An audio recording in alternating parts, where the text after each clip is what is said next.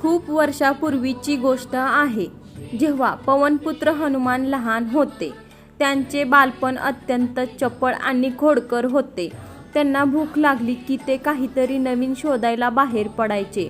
भूक अनावर झाल्यामुळे हनुमानाने एका क्षणात आकाशाकडे मोठी झेप घेतली. ते वाऱ्याच्या वेगाने सूर्याच्या दिशेने धावू लागले.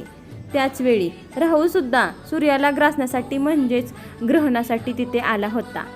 पण हनुमानाचे तेज पाहून तो घाबरून पळून गेला.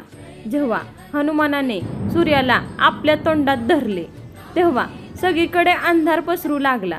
हे पाहून देवराज इंद्र संतप्त झाले. त्यांना वाटले की कोणीतरी सूर्याला गिळंकृत करत आहे. इंद्राने आपल्या वज्र शस्त्राने हनुमानावर प्रहार केला. त्या प्रहारामुळे हनुमान मूर्छित होऊन पृथ्वीवर पडले. आपल्या पुत्राची ही अवस्था पाहून वायुदेव अत्यंत क्रोधित झाले. त्यांनी संपूर्ण सृष्टीतील वायूचा प्रवाह थांबवून धरला. वारा थांबल्यामुळे प्राणी, पक्षी आणि मनुष्य गुदमरू लागले. सृष्टीवर मोठे संकट आले. तेव्हा ब्रह्मदेव आणि सर्व देवांनी वायुदेवांची क्षमा मागितली आणि हनुमानाला पुन्हा जिवंत केले. प्रत्येक देवाने बाल हनुमानाला एक विशेष आशीर्वाद दिला. ब्रह्मदेवांनी त्यांना इच्छा मरणाचे आणि चिरंजीवी होण्याचे वरदान दिले.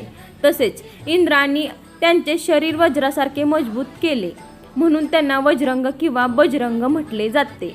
अग्नी आणि वरुण देवांनी त्यांना अग्नी व पाण्यापासून अभय दिले.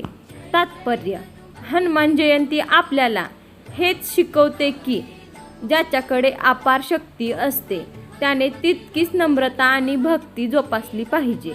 हनुमानाने आपली संपूर्ण शक्ती प्रभू श्रीरामांच्या सेवेसाठी अर्पण केली, म्हणूनच ते आजही घराघरात पूजले जातात. हनुमान जयंतीच्या तुम्हाला खूप खूप शुभेच्छा.